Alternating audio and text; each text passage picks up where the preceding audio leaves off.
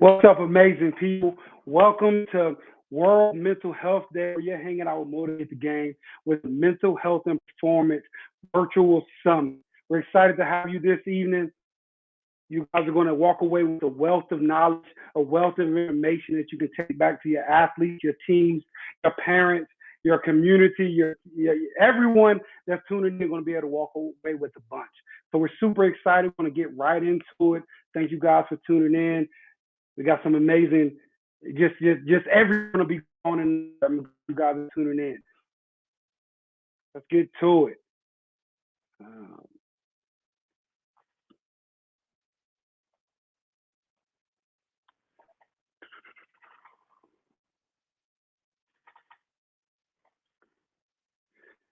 so again, welcome to the Mental Health and Performance Virtual Summit. I'm your host, Dan Brooks, where I'm the owner and creator of Motivate the Game, where our goal is to help athletes mentally and physically take their games to the next level. This evening, we have a special treat for you. We have the honorable and amazing Coach Bud Foster, legendary coach from the Virginia Tech, and the cognitive guru himself, Mr. Jason Fulco. Again, I want to thank you guys for celebrating World Mental Health Day with us.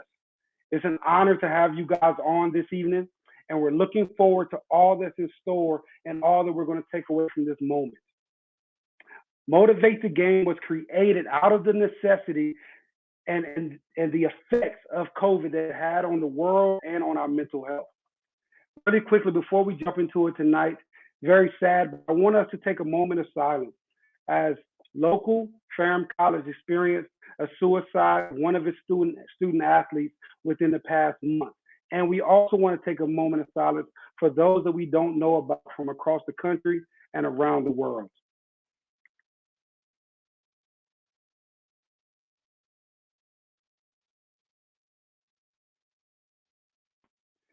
Thank you. So it's one thing to recognize that mental health is an issue, but it's an entire different thing to be able to tear down and tackle the stigma that's plaguing so many of our athletes. We see it time again, from professional athletes down to little league. Athletes are being affected each and every day by their mental health. But the issue is that there's stigma surrounding them talking about it, them accepting it, and then being able to find support for it. So this evening, our goal is to be able to come alongside you guys and to be able to talk about the importance of mental health and cognitive performance and how it affects our athletes on and off the field, and how it affects our coaches and even our parents. So we're going to motivate the game. You guys are officially a part of Motivate the Game this evening. So here's the outline for the summit this evening. We're going to talk about what is Motivate the Game. What do we do? Who am I? Right? We're going to talk about the effects of mental health. And we're going to talk about some sports strategies and things that you, as parents, coaches, and athletes, can take away from this evening so you can start to implement on a daily basis to take not only your game, but your lives to the next level. We're going to hear from the cognitive guru, Jason Fulco himself, tuning in all the way from Arizona to talk about the 5 cognitive functions and why cognitive training works and why is it even important. We're also going to hear from Coach Bud Foster, and he's going to talk about the importance of mental health on his life, on his coaching career, and a look into the life of just what it looks like to be a coach and how we can help to improve it and move the conversation and the culture forward. And then lastly, you're going to walk away with the next steps. What can we do moving forward from this day on? You'll also be able to tune in and ask questions to the panel throughout the show. So make sure if you're tuning in on the chat, get ready with your questions. You can go ahead and drop them in there as soon as you have them. So really quickly, what is Motivate the Game? We're a unique therapeutic training program that mixes mental health support, cognitive training, and athletic skill development to help athletes and coaches. We're one of the only ones in the country who mix social workers. I'm a licensed clinical social worker with all of these traits and with all of this training. We help coaches and athletes to recognize their mental health needs, maximize their mental performance, and utilize the resources to promote strong mental health. So, what is this new buzzword? What is mental health? It's almost become cliche at times, but we're going to redefine what it looks like and be able to tackle the stigma that's surrounding it. So, mental health is how you feel about yourself, number one, your ability to maintain self love and care for yourself. Number two, how you feel about others.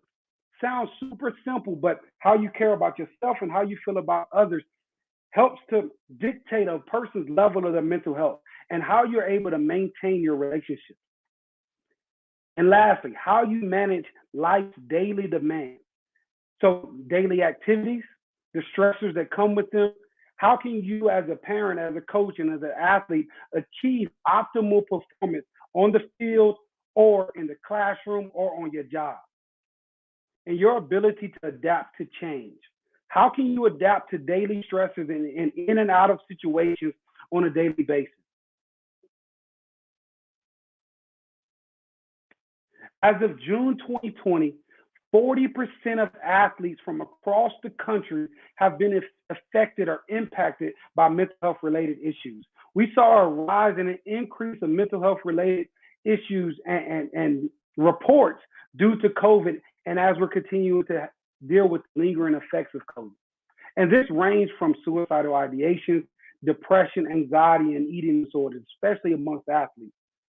Tens of thousands of athletes across the country experience what we call in the mental health field adverse child experience, or a score of at least one by the time they graduate.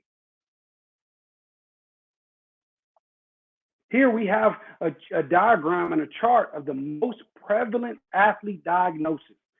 So with the number one being anxiety, and that also includes in-game anxiety and performance anxiety that athletes experience, from depression to ADHD to eating disorders and substance abuse disorders and substance use disorders. Athletes are struggling with these mental health related diagnoses on a daily basis. But if you think about it, these are just the ones that were reported. There are thousands of athletes who are dealing with these issues and dealing with these mental health related diagnoses silently and alone.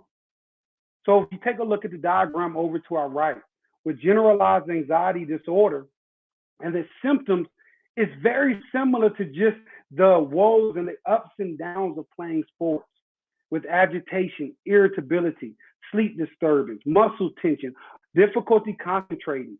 Those symptoms can mirror very closely to just daily stress or dealing with playing a sport. So that's why it's super important as coaches and parents and athletes that we have trainings like the Mental Health and Performance Virtual Summit to help be able to shine light on these particular issues so we can start to take it more seriously and be able to check in with each other and our players more effectively. I myself am a product of a rough childhood, as so many of our players are. As I grew up in an adverse environment with a mother who, unfortunately, at the time were in prison, of absent father. And I grew up during this time period and had to deal with my issues alone at the time that I felt like.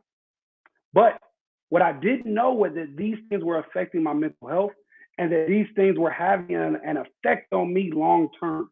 So what did I do? I used sports as an escape, not knowing that I needed to deal with these things firsthand.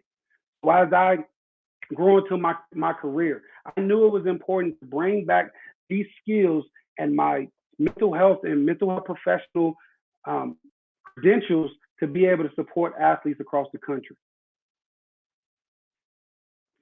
As you can see, factors that impact mental health.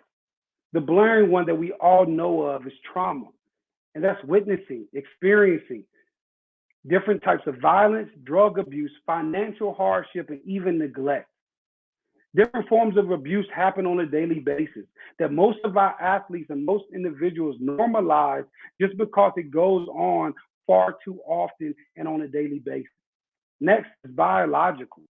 Developmental issues, learning disabilities, and even injuries also impact players, coaches, and parents' mental health on a daily basis. Social.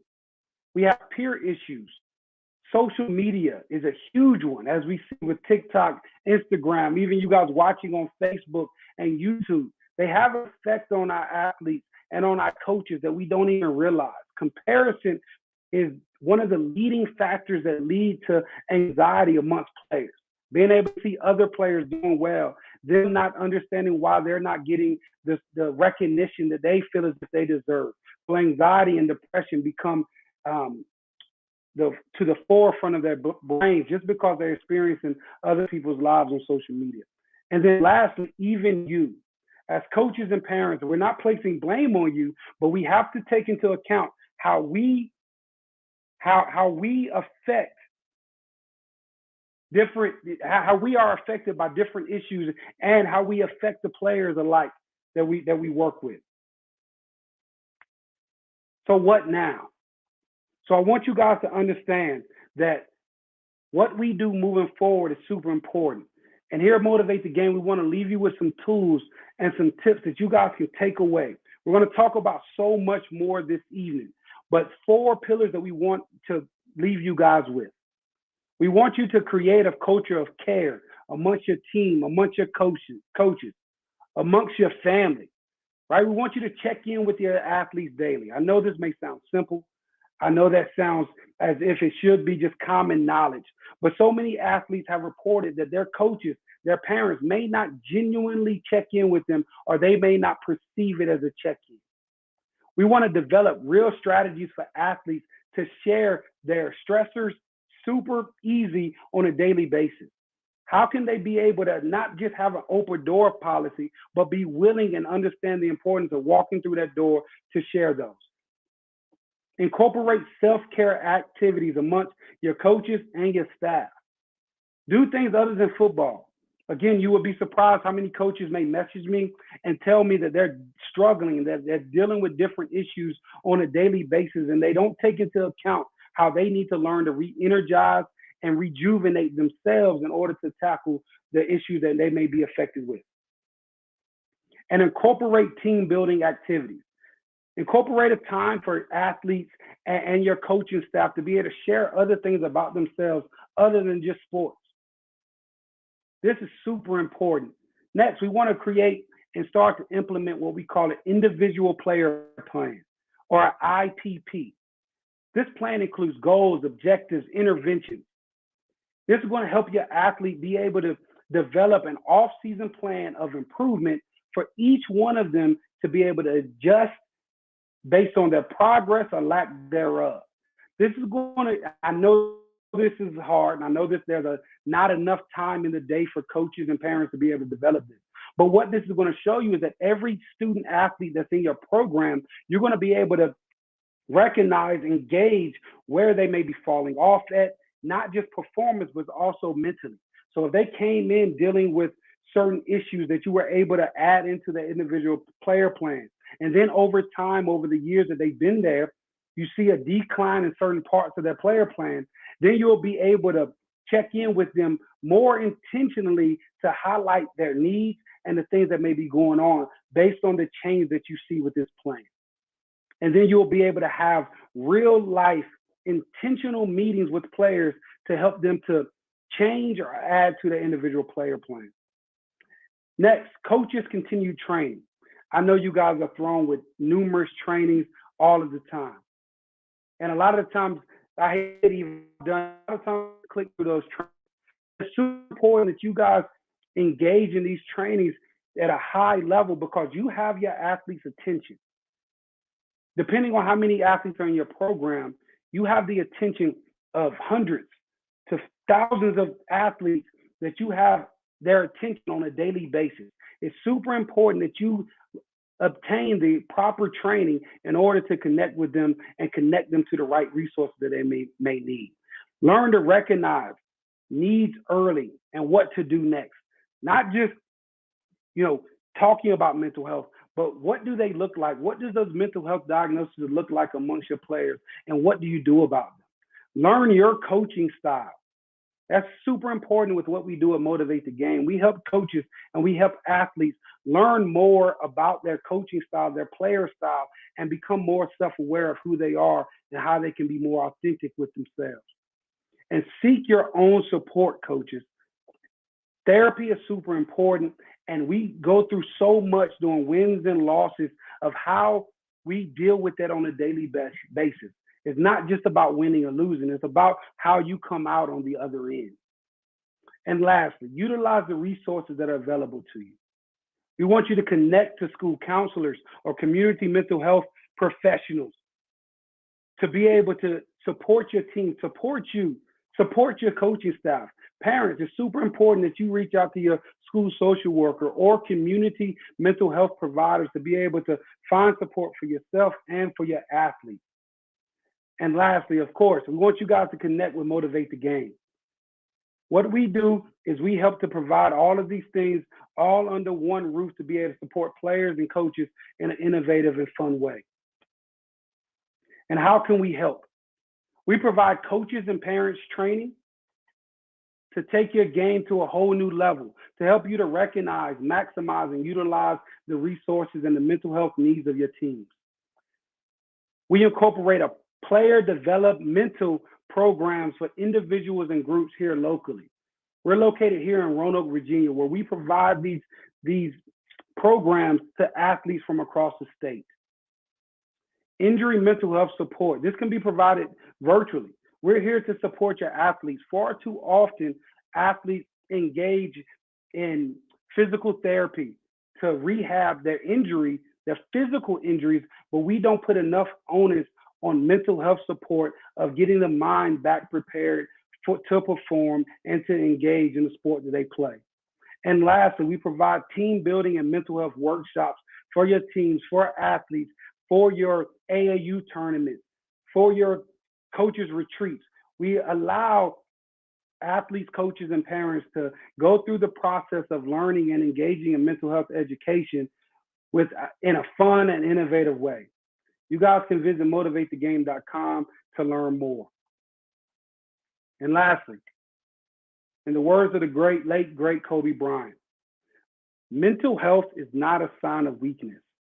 Mental health is a challenge we need to accept and not ignore. This is super important.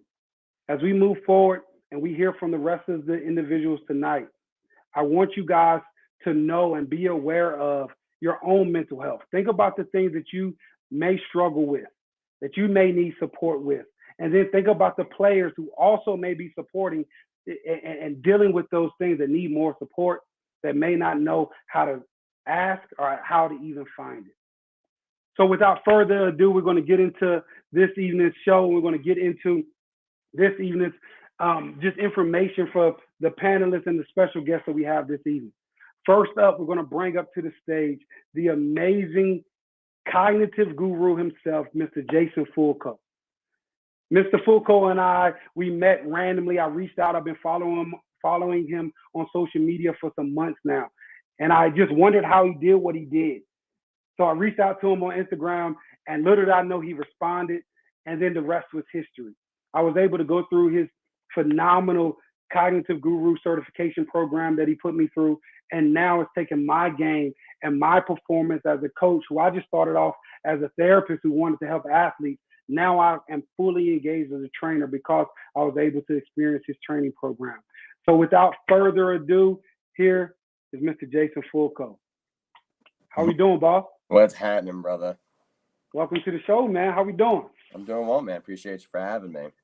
Good. So really quickly before I let you go, I just want to let all of those out there who are tuning in, be sure to type your comments and your questions in the chat as we go through this evening. You guys are going to be able to ask directly to the staff and to the presenters throughout the evening.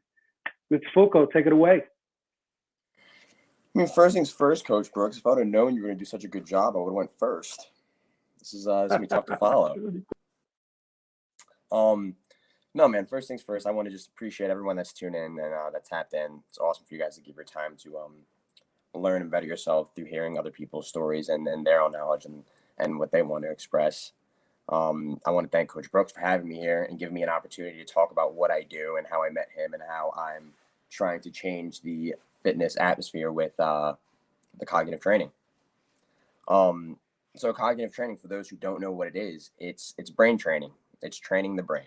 So what I do is I break down brain training into 5 cognitive functions. Brain speed. How fast does my athlete process something? Auditory and visual reaction. How well do you react based off what you see and hear? Attention. How well do you sustain focus? Intelligence. How well does my athlete make decisions? And memory. How well does my athlete recall what they saw or heard? So when coaches do reaction training, or any athlete does reaction training, the big thing with any type of training is you have to be able to answer, why are you doing it? So if you look at my videos on Instagram or TikTok, you'll see me using a bunch of tennis balls, a bunch of cards, and it looks glamorous and it looks hard.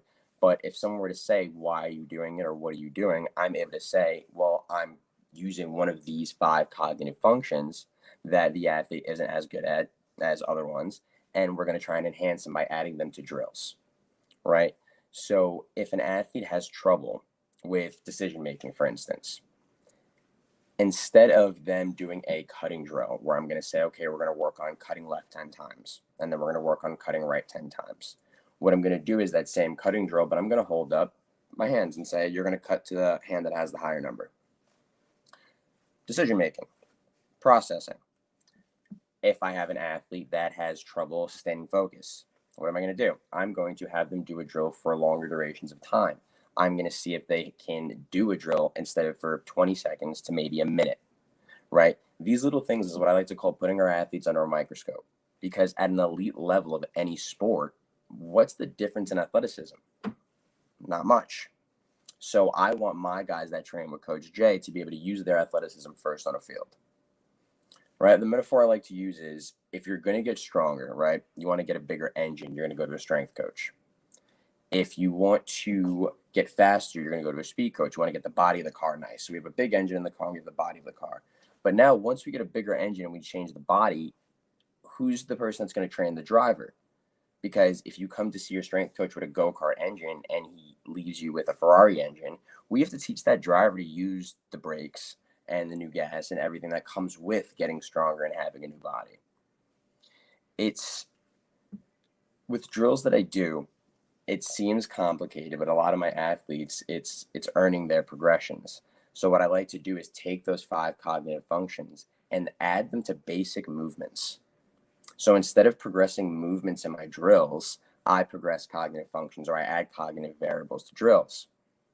So I want to make a basic movement like sticking on your left leg or sticking on your right leg because you may lack stability.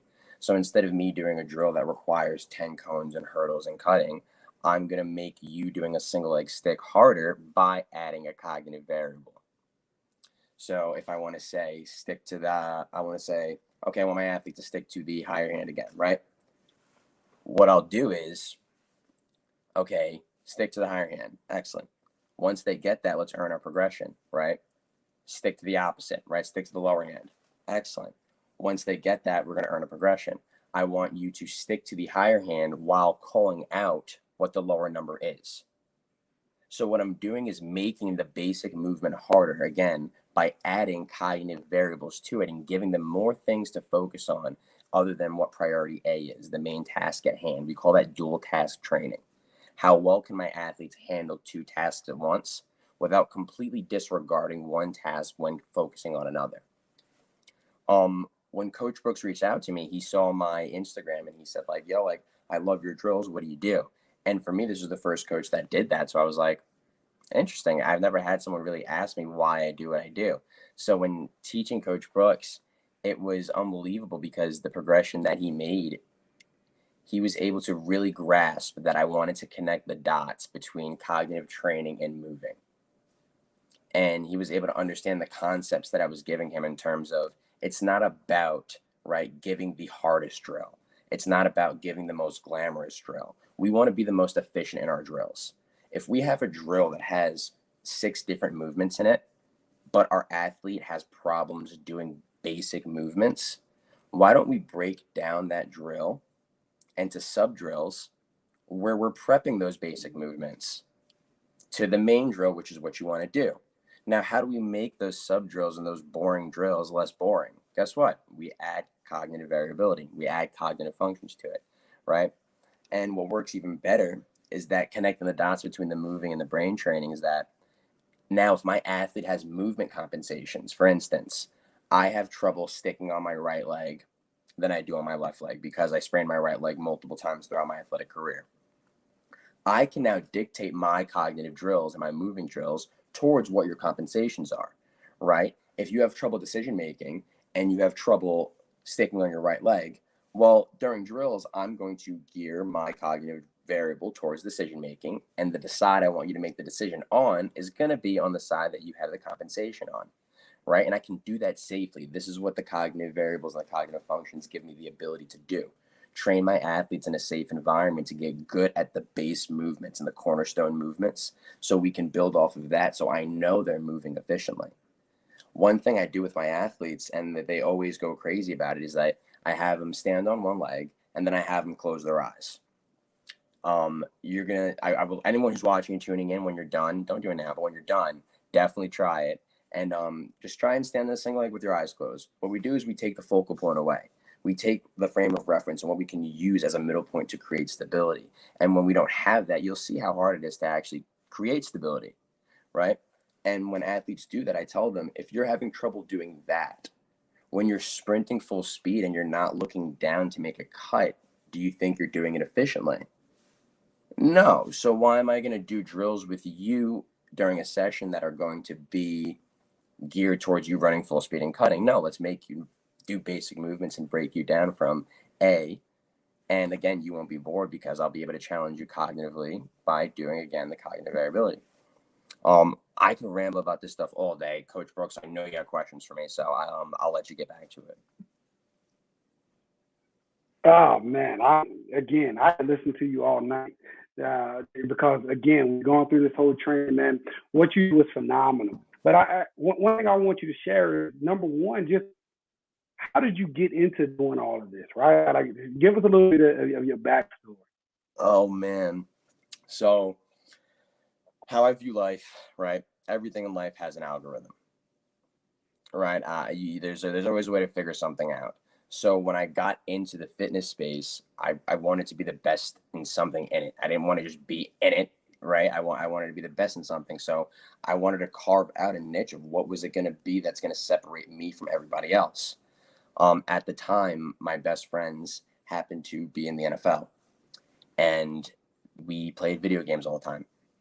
And I was blessed enough to play video games with them and their teammates and other players they knew. So I was playing video games with the guys from the league, and they were really good at video games. Yeah. And every single one of them, there wasn't a video game they weren't good at. So for me, I was like, what is going on here?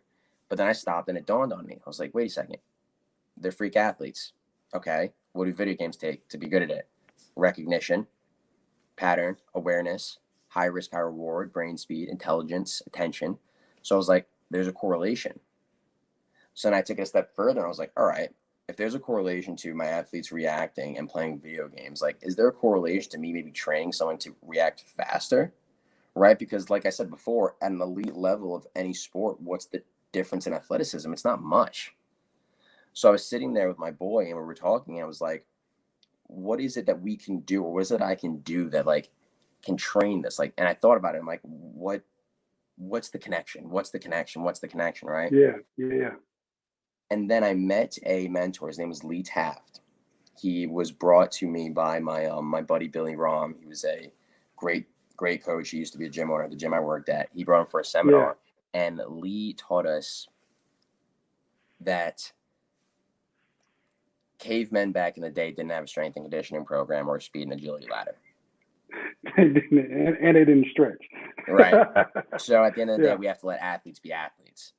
So when I adapted let athletes be athletes mindset, I was like, all right, cool. Let me not try and make robots. Let me more or less start to try and make my guys more efficient and make them best selves.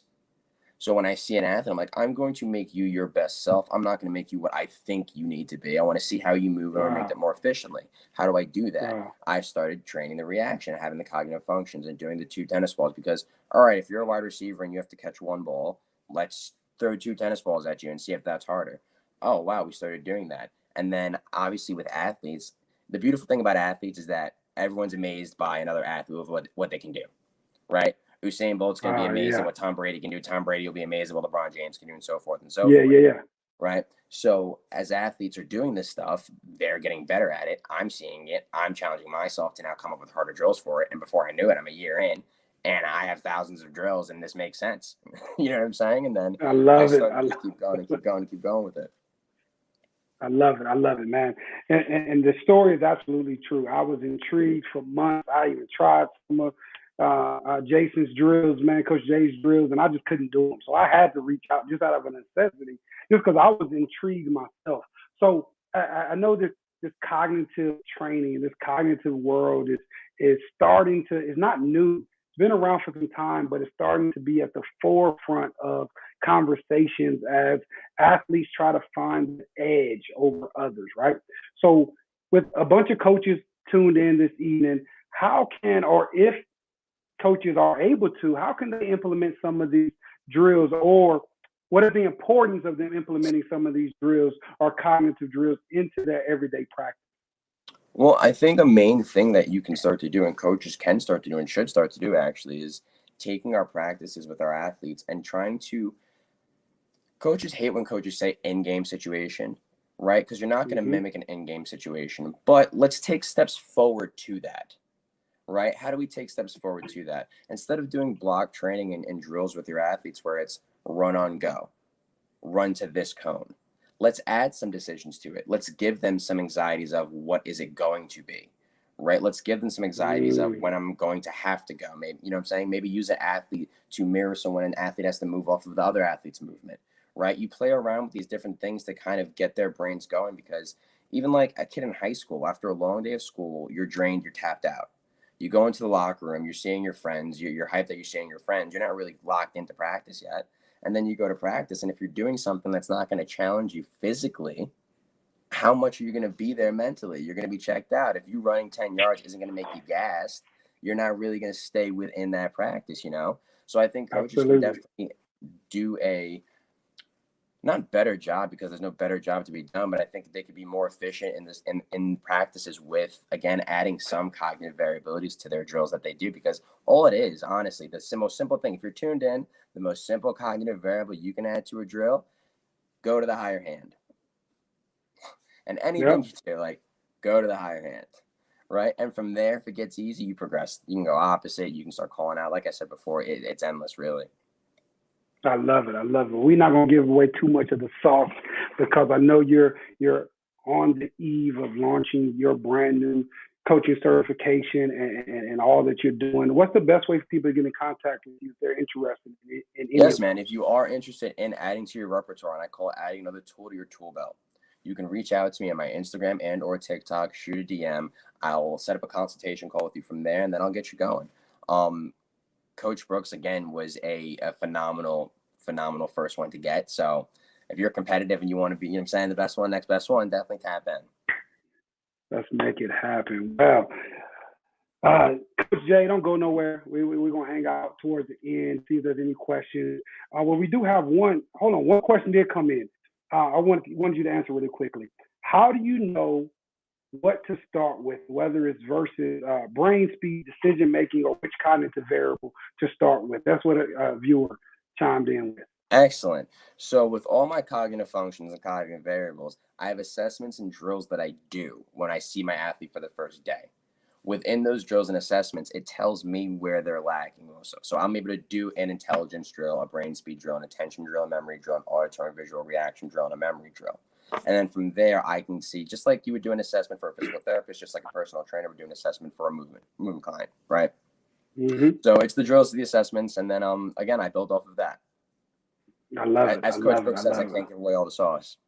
We can't give away all the sauce. You got to check us out. You got to come in, check out Coach Jay and everything he's doing. Kind of motivate the game now, since I am certified and Coach Jay certified now. Absolutely. We'll be able to lock in with U.S. coaches and athletes. So again, Coach Jay, don't go anywhere. Any more questions come in, we'll get to them at the end when we all kind of panel up and kind of go speed round. All right? Most definitely, man. I appreciate you. Yes, sir. I'll see you in a few. Wow, that was amazing. Coach Jay is phenomenal with everything he's doing and how he's changing the game mentally for athletes. right? So with what I do and what Motivate the Game was created for, it was to focus on the mental health. How can we help athletes process what's going on? How can we have process their stressors, even breaking up with a girlfriend in the middle of the season? What we've seen is that some of the local athletes that we have worked with, just being able to provide them those nuggets. We use what's called 7 plays of life within Motivate the Game. These plays of life help athletes to attend to any anxieties or depression that they may face. Our focus at Motivate the Game is to make sure that we're more preventative than reactive. So many things within the mental health world we saw, and after doing much research, it was all reactionary. It was all after a diagnosis was given. It was all once someone was suffering, or once someone had got kicked off a team, or once someone had to be disciplined. So our focus is to provide those tools, and now provide those cognitive tools as well, to help athletes develop higher self, develop increased self-esteem, and then be able to take these things to life and on the field to be able to dominate. At the end of the day, we know coaches, we know athletes, we know you want to see some type of change or some type of impact on performance. But we guarantee, as the mind improves, as the mind becomes more healthier, then the body will follow. You wouldn't to your friend, wouldn't call your mom or your dad if you broke your toe. No, you would go to a professional and you would go seek support. So why is it any different for our mental health? Athletes go through certain situations all the time. Coaches deal with losses. Coaches deal with disgruntled parents and things of that nature. Parents deal with dealing with their teenagers, and we go to our peers or our loved ones for support, when in reality, a license or a professional is needed for those situations. We always say a motivated game. Let your parent be your parent. Let your spouse be your spouse. Let your coach be the coach. Let us deal with all the other parts of mental health, and you watch how your relationships and things around you improve. So next, we have another special, phenomenal guest on this evening. It is the coach, Bud Foster, the legend coach of Virginia Tech Hokies. Here locally, if you're anywhere within Virginia and surrounding the East Coast, you've heard of Coach Bud Foster. He has made a splash and an impact on the college football game as a whole that's going to last for years to come. His defenses were known to make stands and to do things in an amazing way. So that's why it was so important that we brought him on as this hard-nosed defensive coordinator, once assistant coach of the year. We wanted to bring him on to give us a real-life coaching standpoint and viewpoint about this thing called mental health. It's one thing for us to throw it at you and for us to talk about it. It's a whole nother thing to have a coach who's been in the trenches at the highest level be able to come on and provide his input and his insight to the things that he's dealt with and things he's experienced over time. So without further ado, we're going to hang out with Coach Foster this evening. We're going to do some rapid fire questions, hang out with him. We're going to put him on the hot seat. Come on up, Coach Foster. All right. Appreciate it, Daniel. It's really, I appreciate you having me here tonight. Really interesting to hear Jason and his perspective, and, really gives me an opportunity to reflect and, on some things, particularly going through my career in just a short period of time when, we start dealing with athletes and where mental health, how far it's come when it's all said and done. And it's great to see where it's going. It's only getting better, and it's going to be more and more aware for our student athletes, and therefore our student athletes as well as coaches. And so I'm excited to be a part of this, your show this evening. I love it. Thank you, Coach Foster, man. Again, I can't thank you enough just for us getting here. So let's just start here. Let's just see. Tell the people who are watching and those tuning in, tell us a little bit about you and how you got into coaching initially. Yeah, I was a gym rat growing up as a kid, and my parents were extremely supportive. I had a great family, but to be honest with you, they turned me loose, and I played anytime there was a ball to be, put in the hoop, put on a bat, throw it, whatever. I was good. But as I moved forward into more competitive sports as I really I had a little bit of a skill set. And, I was very fortunate in high school, particularly, to have some really great coaches. They were Hall of Fame coaches. I grew up in Illinois in the Midwest. Mm-hmm. But they really made a tremendous impact on me as a young man, how to do things, how to be consistent. Your parents are always, you're wanting to be respectful, and you don't want to embarrass them. You want to do the right thing, make them proud. But there's something about a coach that can really even pull some more out of you, really good coaches. And those guys were able to do that to me and my teammates. They made a tremendous impact on some guys that, were probably layman folks, but really became helped us win a lot of games in a lot of different sports. And I really, a lot of my foundation comes from them. I had and basically more about work ethic, about technique and fundamentals, about being consistently good.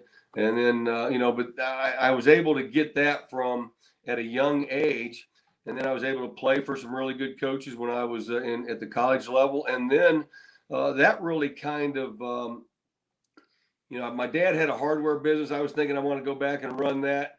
But really I had, bigger aspirations. And I really felt like these coaches were able to, I was able to get better because I knew they had my best interest at heart. And I always wanted to do that. You're in this business to develop young people. Obviously, at a high level, your expectations are to win, but I really felt like my obligation and mission was to develop young people, to give them a foundation to be successful the rest of their life. And those coaches instilled that in me. And those coaches instilled that in me at the collegiate level. And, just those guys were the ones that made a big impact on me, that made me want to give back, to young people. I mean, you're not getting into coaching for the money. If you are, I'm sorry, guys. You're in it because you care about young people, you care about development, you care about seeing people grow and do things that maybe they didn't think they could do.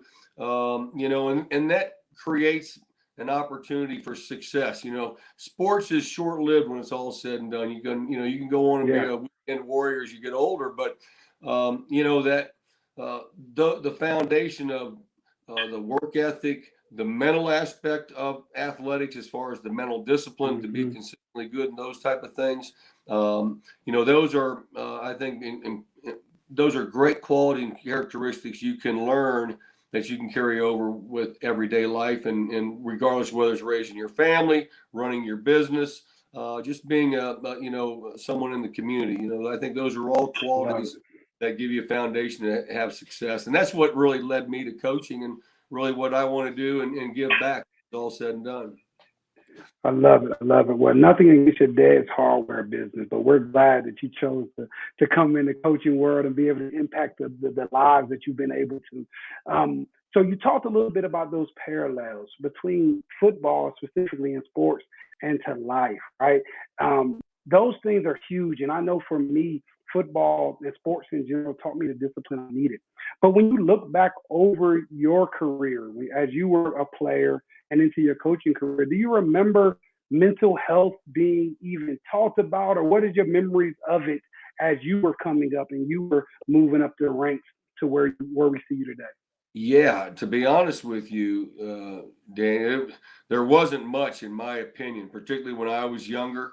Even as we progressed, I'm talking started coaching in 1980 and moved with my career early on.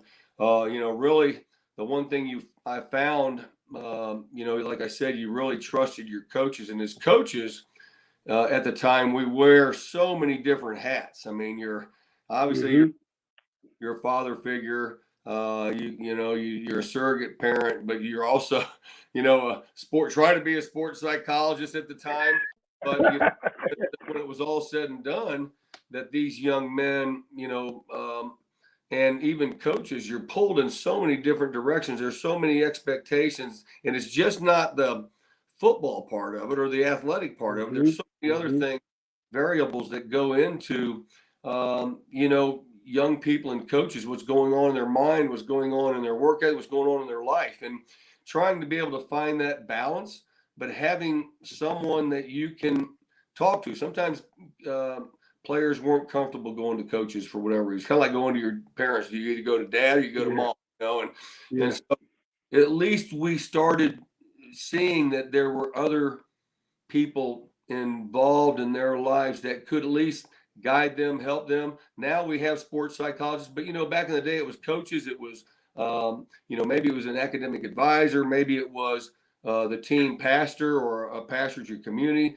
Those type of people that could at least give you some input, some guidance, and some direction. And there really wasn't a big push in sports psychology at the time, at least particularly at the college level. There were some guys doing it in pro sports, and now it's become a big part of a lot of people's success. And we're fortunate that we have a couple people on staff here at Virginia Tech that we as coaches can navigate these guys to. There's several options for them, but particularly we have sports psychologists that can really work with them and talk about the issues that they may be having and feel comfortable and that type of thing. Because again, like I said, they're pulled, and as coaches, you're pulled in a lot of different directions, and trying to find that balance, and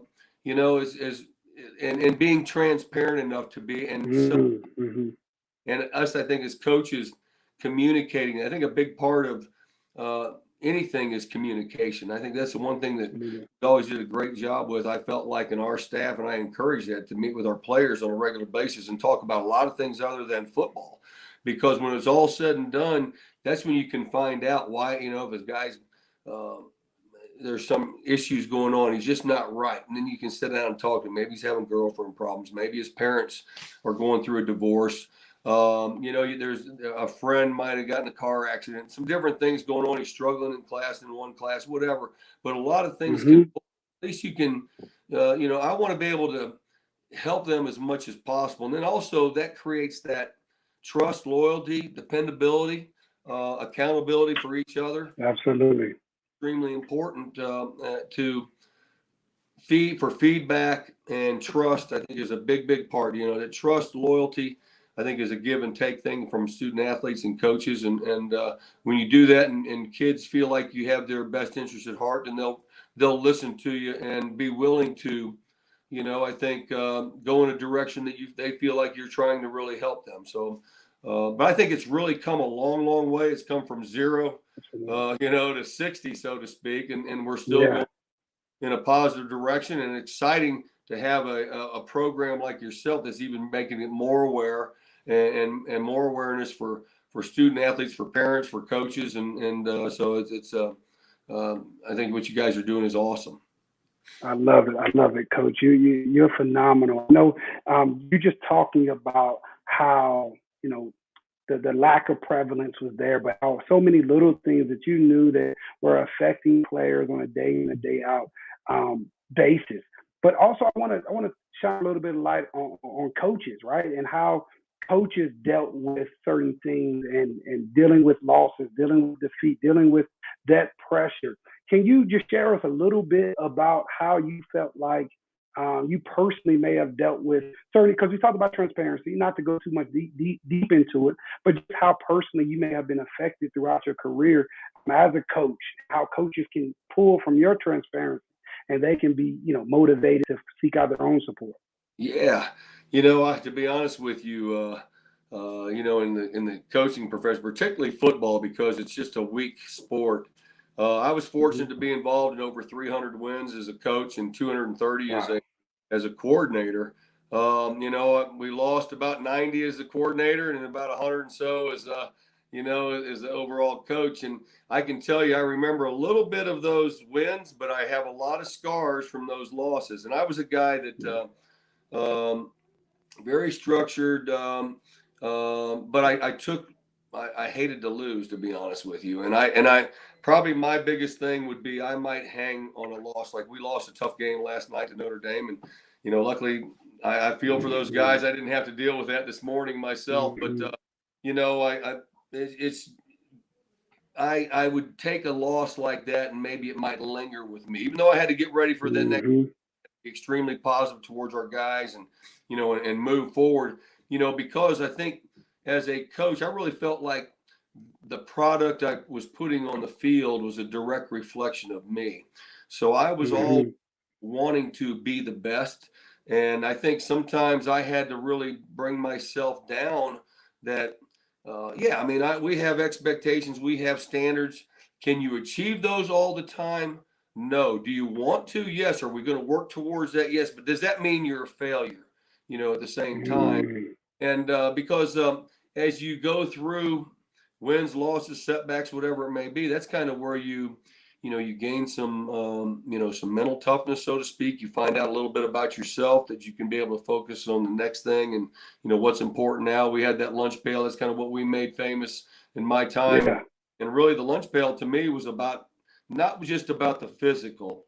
It was about the Yeah. mental and what the characteristics and qualities it took to be successful on and off the field. And I really tried to live that way, but I would. Coach Beamer was it was obviously my biggest mentor. I was with him for 35 seasons and 37 counting the 2 years I played for him as he was my defensive coordinator. But he was a guy who I had, just the utmost respect for. He was not only my coach, my boss, he was a father figure. He was a guy that I could go in and talk to, but he would call me in occasionally and, say, hey, bud, you got to let that one go. You got to be careful.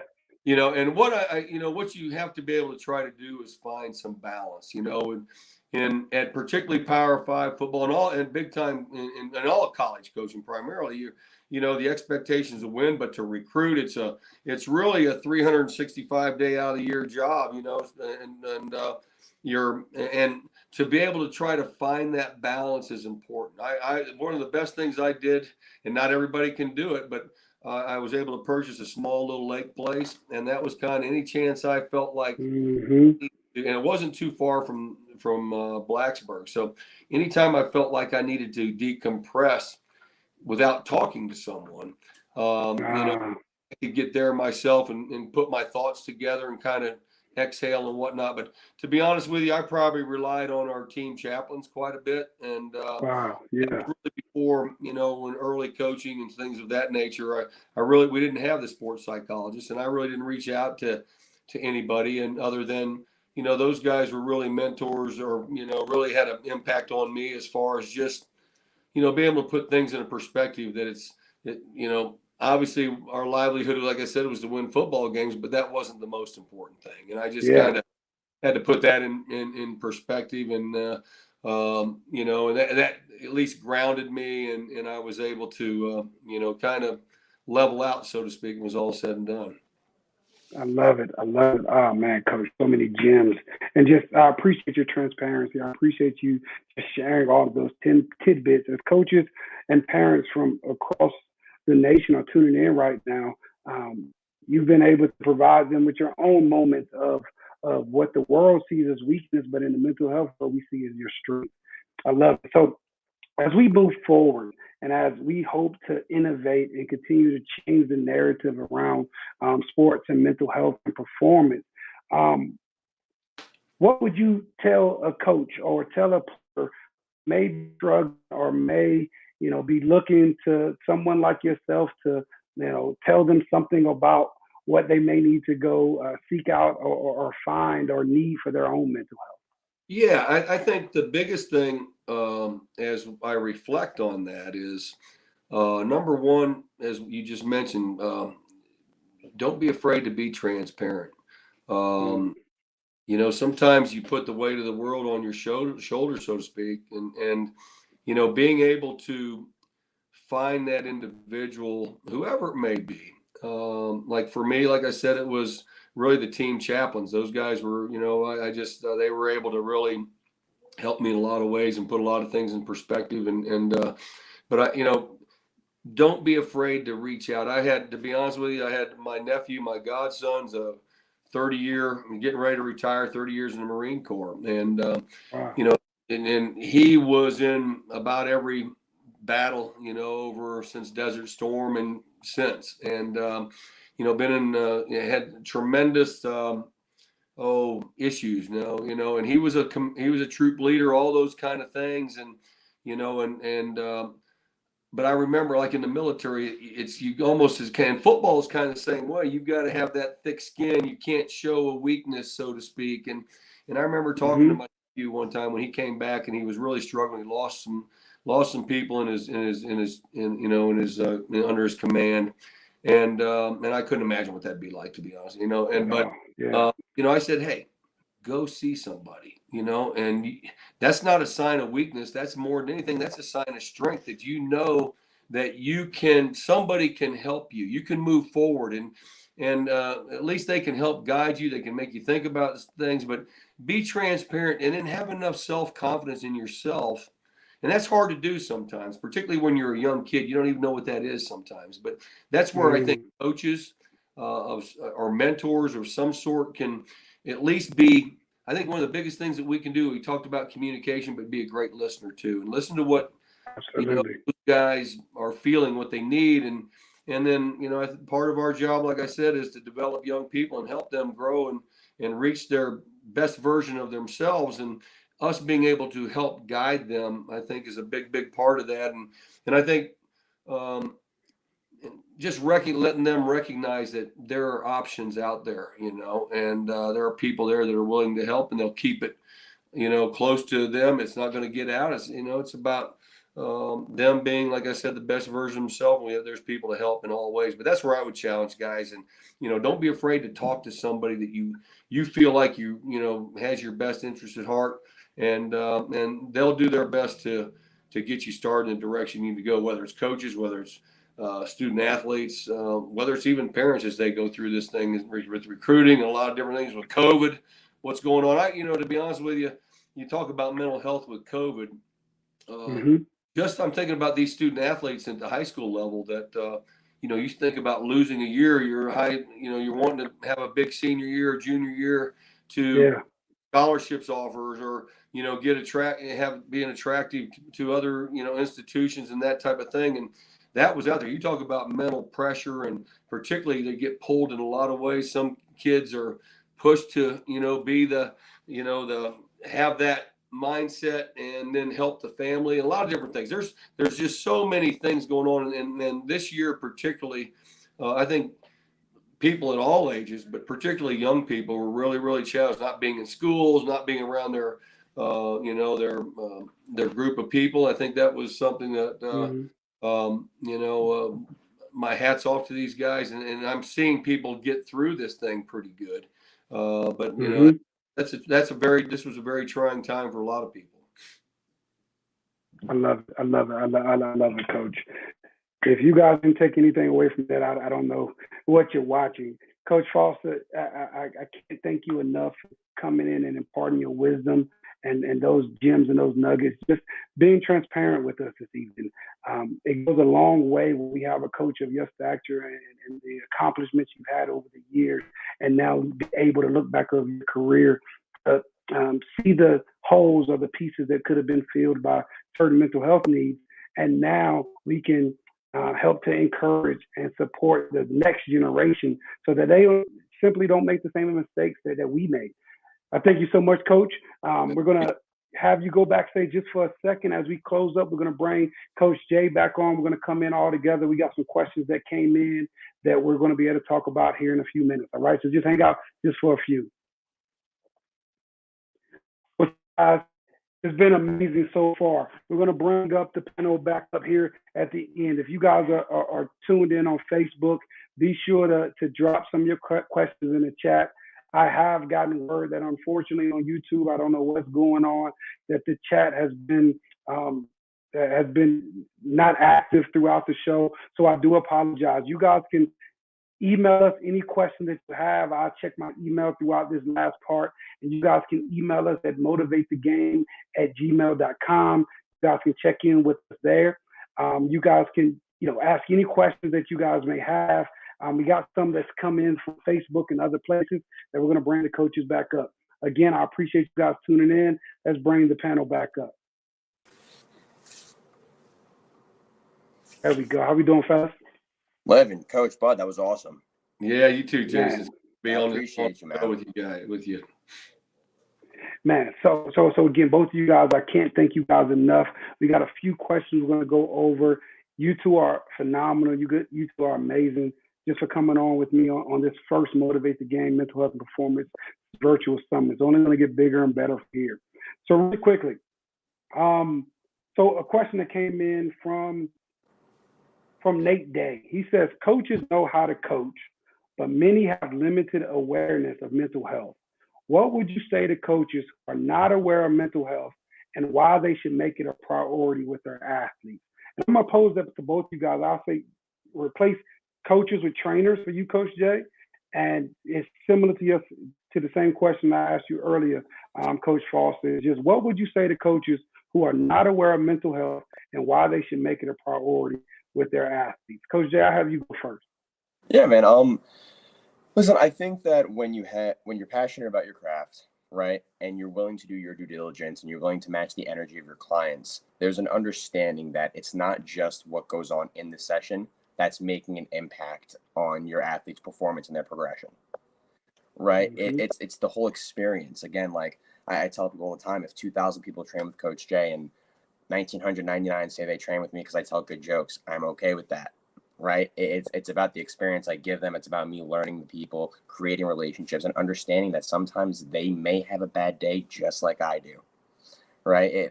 People think with athletes across all realms that they're superheroes, and that when they get into this training realm or this in-game realm, that regular day-to-day stresses in life goes away. But it doesn't. It makes them more of a superhero in my eyes because they have to deal with that on top of the stresses of what it takes to be an athlete and to deal with the sports they do. Love it. I love it. Same question to you, Coach. What would you say to coaches who are not aware of mental health and why they should make it a priority within their program? Well, I think good coaches are good teachers, and I still go back to I always felt one of our keys to success in anything is communication, and I think coaches being open-minded. I mean, you want these guys to perform for you, but you have to get to know them. You have to understand them. You to push them to be the best that they can be. You got to know what drives them, and you can't do that just by meeting them out on the practice field every day, because all you're doing is just coaching, and you're coaching repetitive habits. But as we've talked about, there's so much mental involved, and mental is discipline, mental is consistency, mental is accountability. That's physical, but also, those are mental skills, that things that if you can develop them, they're skills. And I think that's where I would challenge coaches is to communicate, find out about your athlete, find out who they are, because if there is something that comes up, then you can recognize that. And I do think, there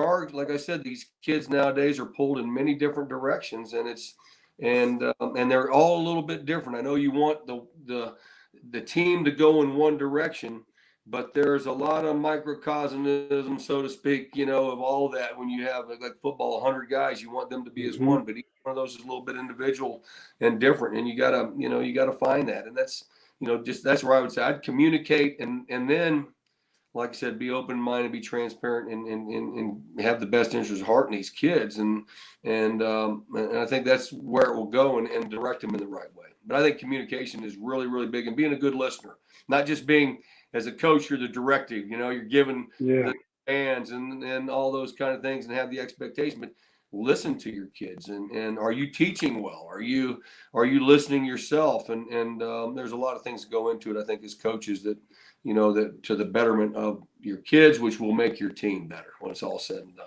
I love it. And as a mental health professional, and just to piggyback on everything you guys said, is that these mental health related issues and diagnoses are not going anywhere, right? We can't sweep them under the rug like days of the past that we thought we were doing. We have to be able to address them head on. So as coaches, I would challenge you guys to, again, find more information, learn more, add another tool to your toolbox, as Coach Jay would say. Right? There's nothing wrong with being more educated about these pieces that can ultimately make your players better men, better young ladies, better future leaders. That's the true benefit of every sport that's played. It's not about them playing forever, because the only person that can do that right now is Tom Brady, apparently. But everyone else, at some point, they're going to have to stop. And right, so the brain is going to be the same brain moving forward, years and years to come. So you got to take care of it right now. So a couple more questions.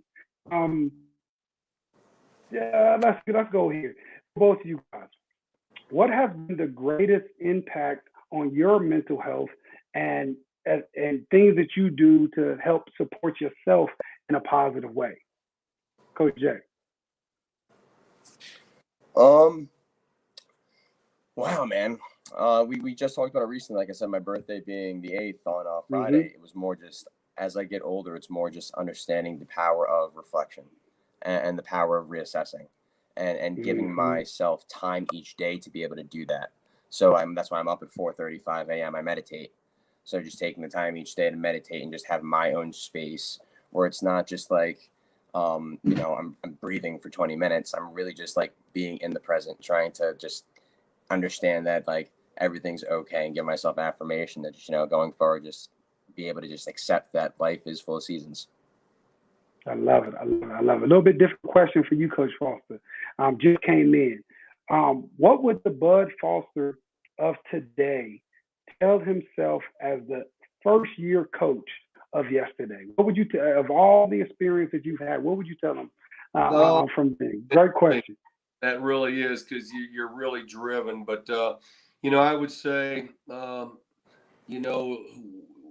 obviously I wanted our unit and defense and program to be the best that it could be. But, don't take it too personal. Don't, it's not the end all when it's all said and done. Football doesn't define you.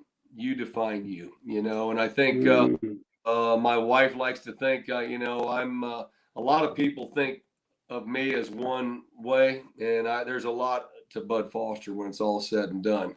And but I'm like with Jason. I think really would, to go back to a young coach, I would say take time to yourself, to meditate, to continue to set goals for yourself. And it could be daily, it could be obviously it's going to be weekly, yearly.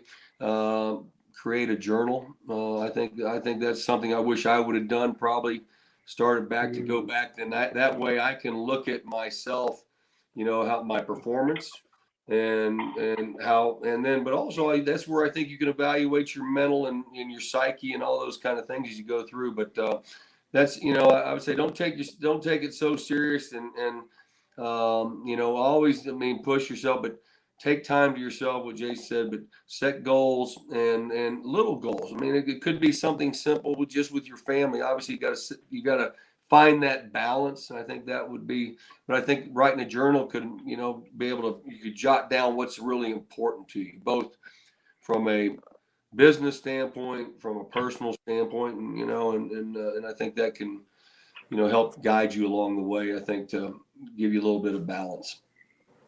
I love it. And a question came in, I guess, just primarily for the mental health side that I guess I'll tackle. It says that, what does it say? I would like to know what would be an example of how you would intervene with the athlete who has an emotional need that comes up during, like talked about earlier, a breakup with the girlfriend or things going on at home. What does that look like? Great question, Ashley. So with us, it's super important that as a coach, you're able to, number one, you should have already had that relationship. Your relationship is going to be super important with that establishment of rapport that's even going to help you to recognize even if the athlete is struggling, right? Number two is a huge thing that I want to encourage athletes and coaches to create, and parents, is just space, right? Sometimes we just got to hold space with our athletes. They don't have to talk all the time. They don't have to provide a bunch of information, but just sitting in that moment and being able to show that empathy, showing that you care, showing that you're in connection with them can go a long way that can help them to even solve some of those issues that they may be struggling with. So providing that space. And also after that time, being able to build up and continue to build that relationship and continue checking.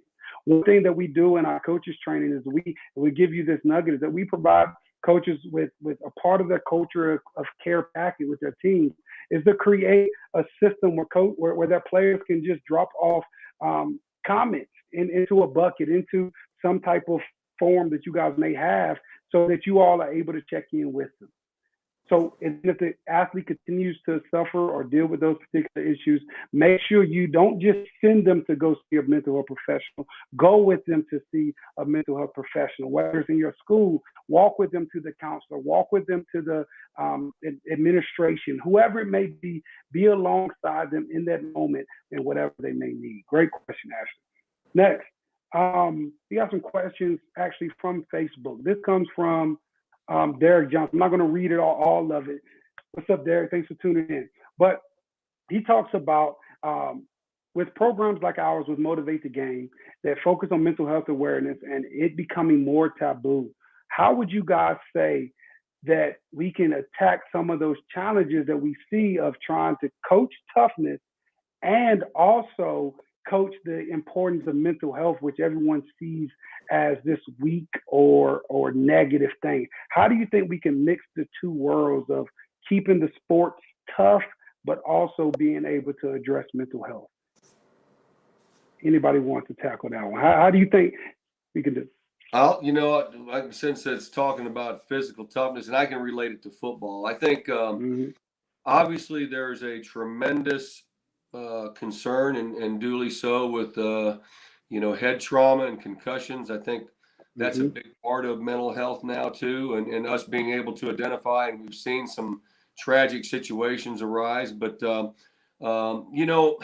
there is a balance. In the game of football, you have to do this a little bit. I always said I wanted my guys tough as leather, so to speak. So in the fourth quarter, we're still doing that. We're going to, wear people out. But at the same time, you have to take care of your athletes, and you want to give them the foundation, the fundamentals of true contact. But I think there's a lot of rules and regulations changed, but I do think really good coaches, like I said, are good teachers and really care about their kids. And we have been way ahead of the game already in safety factors as far as taking the head out of the game. We never taught that, and like we call it the roll tackle, but the rugby tackle. But you can do that we do a lot of that with dummies and and it's all about timing and those type of things. But to be honest with you, I really I don't challenge kids' physical toughness. I really don't. They wouldn't be with it. Some have a little bit more than others. If they're out there, they have something to them, in my opinion.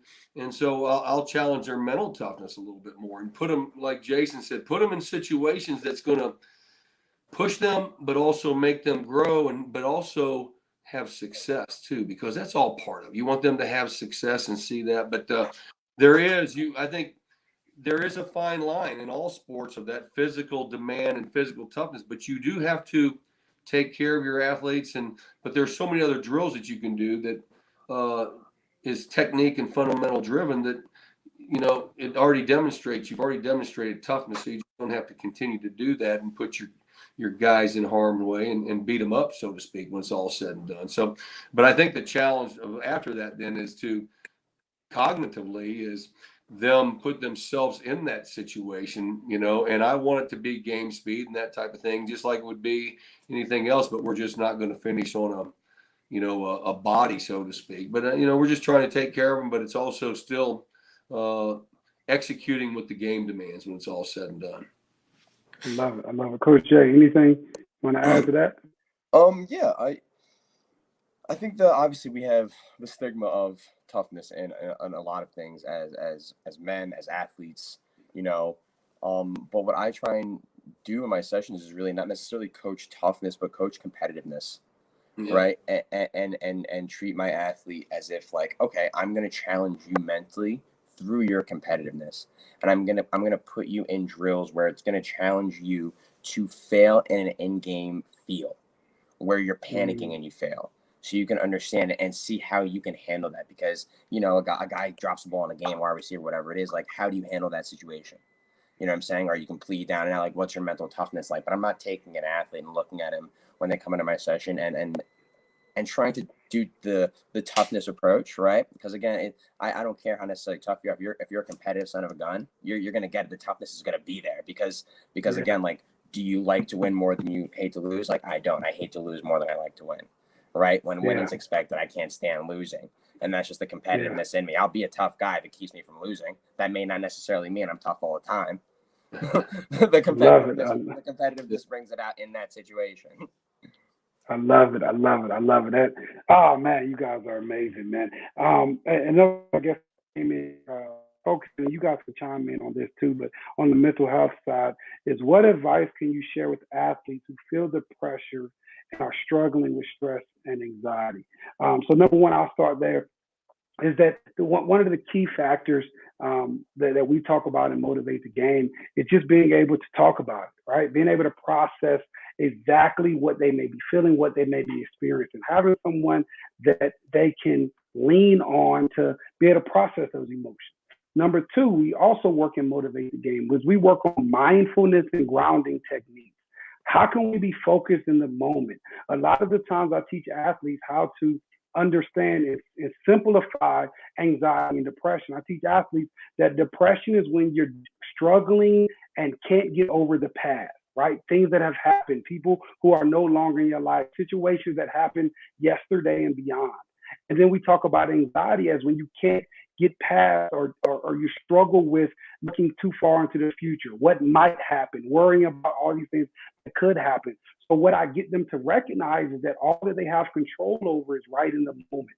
So we do different exercises. One of the primary ones that we do is called square breathing, where basically you just visualize a square and you breathe up deeply on one side, hold it across the top, exhale across the other side, and then relax at the bottom. And you repeat that to help you to be grounded in the moment. And then you can also incorporate your senses, whether it's taste, whether it's touch, whether it's smell, different things of that nature can also help to get you grounded in the moment to help you snap out of those anxiety or depressive driven struggles that you may be in. And if it just gets to the point where it starts to affect your sleep, starts to affect your eating, those are two primary biological factors that you as a player and a coach need to be aware of. But that's when you need some professional support. When you can't sleep for days at a time, when you're not able to eat for days at a time, that's when we need to get some professional help. And that grounding technique also can help you in the game when you got a big free throw or a big shot or something that you need to take, being able to ground yourself in the moment. Coaches, anything for you guys that whatever that performance anxiety or the training block that Coach Jada, I know you may see with some of your athletes when you train them, that you can tell players how to, from in y'all's words, how to overcome some of that blockage to get to the next level. Any tools or tips you guys may have? I mean, I usually just honestly, as Coach Bud said it best before, I usually always just lend my athletes an ear because sometimes that's all people are looking for. Just someone to talk to that's not going to be a yes man or it's not even going to just give advice. I just let them vent. You have access. You have 24/7 access to Coach Jay. You want to text me at 4 a.m. on an issue you have, you do that. I'm here to listen to you at all times. And then obviously I've built my network out to have great people like yourself and Coach Bud where I can always outsource and say, I may not be able to help you, but I know someone that definitely can. So I may not be able to do my part in terms of me being their bridge to helping their mental health, but I can definitely assist and know somebody that can get the job done. So I'll do my part in that area by increasing my network and my resources and lending that to my athletes. Love it. Yeah, I think a couple of things for me. I think, for them to understand stress and to handle that stress, you have to put them in those situations, and Jason was saying you're going to push them in drills and different things that's going to push them and they can understand then what the game demands and whatever it may be. You're trying to always tie it in. I never just did drills to do drills. I always did things that were game related, position related, that were going to put them in a position when it was the game's on the line. You're ready for that mentally, but but it goes back. Not everybody's ready for that. They come along at different times. And I think, like you guys were saying, I think the key to this the whole thing is communication. I'll hang my hat on that. Like I said, that's one of our 6 keys to success that we had, but communication to me is the critical, and because it's all about relationships. Athletics is like families. It's all relationship driven. And I always, there's a staff line in it. But we don't play as coaches. We don't play anymore. We want the kids to perform, but we're in it together. I really want to get our guys to understand we're in this together. I'm here for you. I can help you. I can, be a lot of things for you. You have to be open-minded and trust me when it's all said and done. But that goes back to, where you talk about trust and loyalty. To me, those are 2 important words, but it goes back to communication, being open-minded, sharing, being a good listener. And that's what develop relationships. When kids know you have their best interest at heart, they will trust you forever. But you got to be able to, you got to back it up. Like I said, take them. If a kid needs help, take him by the hand, walk him down to the hall to the counselor, or whatever it may be. That's what we do as coaches. That's part of the hat that we wear. And, but I think, like I said, I think relationships are the key to a lot of things, but it goes back to communications, but it goes back to that trust, and we're all in it together. That's kind of how we built this, our family atmosphere, and because of those qualities. I love it. Yeah. I love it. I For love all it. the coaches out there, if you want to see how good your athletes are athletically, gain their trust. You'll see how big their ceiling is. It's not going to be any I program. love it. Gain their trust. I love it. I love it. Oh, that's phenomenal. And that brings me to my last question for both of y'all. Not even questions. Just as we close out this evening and as we come to an end, it's been an amazing experience.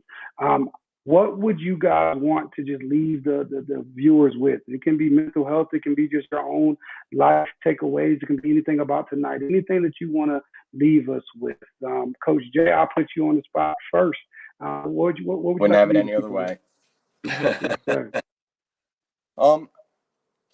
Listen, I mean, when it's all said and done, right? Aside from the cognitive performance aspect of it, mental health it's a huge deal. It's a big deal. It's getting more noticed nowadays, and I'm glad that as athletes and as men that we can call it being strong, to be able to own up to something that's bothering you and talk to somebody, because athletes now are starting to understand that, and people, even fans, are starting to understand that. It's not the athlete's just not a person playing a sport anymore. They have stresses. You see those stresses on Instagram every day when there's a headline. You know what I'm saying? Like, they're actual people. So the understanding of just like now more so how important just owning up to what mental health is and how imperative it is to not just our athletes' lives, but just like our coaches as well, and the kids we're around, and how it affects and impacts everything. Right? If my kid's having a bad day because he got dumped or he's having problems at home, guess what? My session doesn't matter. It doesn't matter what reaction drill I'm doing with Buddy for the day. He's not there. So I think it's the importance to understand that, like, no matter what program you think you have or what secret sauce you think you promote or how good of a coach you really are, you're never going to get anything out of the athlete you want to get or be able to utilize your brain and your knowledge if you don't have that or form that relationship first. And that starts with understanding that we're all people and mental health is a thing. Yeah. I think I love it. I love it. Are you done? I'm sorry, Jason. I'm sorry.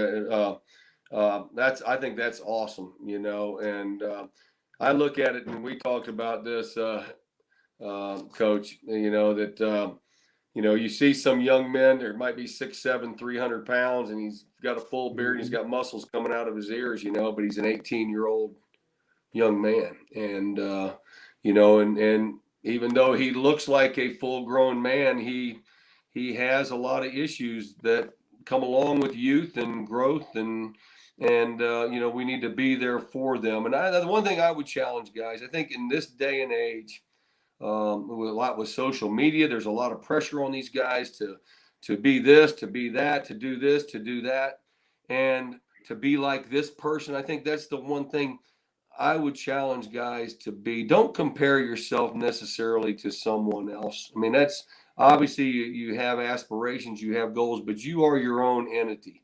And I would just challenge you to go be your best version of yourself. And if you can go do that and you go have the discipline to do it every day, it's not once a week or twice a week, endeavor.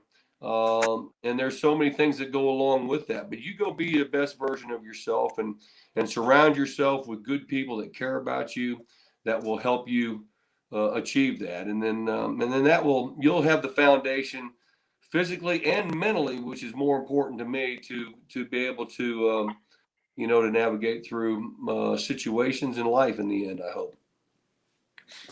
I love it. I love it. I love it. You guys are phenomenal. I can't thank you guys enough for just taking the time out of your busy schedules. Coach Jay, you all the way from Arizona. Coach Foster, in your new role, in your new endeavors, just taking the time to help me tackle this stigma and to be able to impart this information to coaches and athletes from across the country. I look forward to moving forward with both of you guys and pushing this mission forward. Motivate the Game is here to stay. We're here to innovate all things mental health, movement, and cognition. That's our goal. And alongside both of you guys, I hope to do that 1,000-fold. I can't thank you guys enough. I appreciate you guys for tuning in. And the thing, brother, I appreciate you.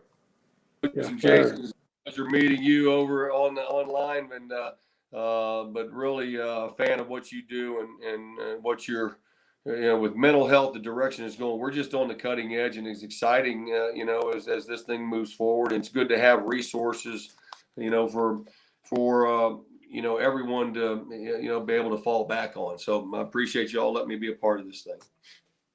Yes, sir. Yes, sir. Thank you, guys. So I appreciate you guys tuning in.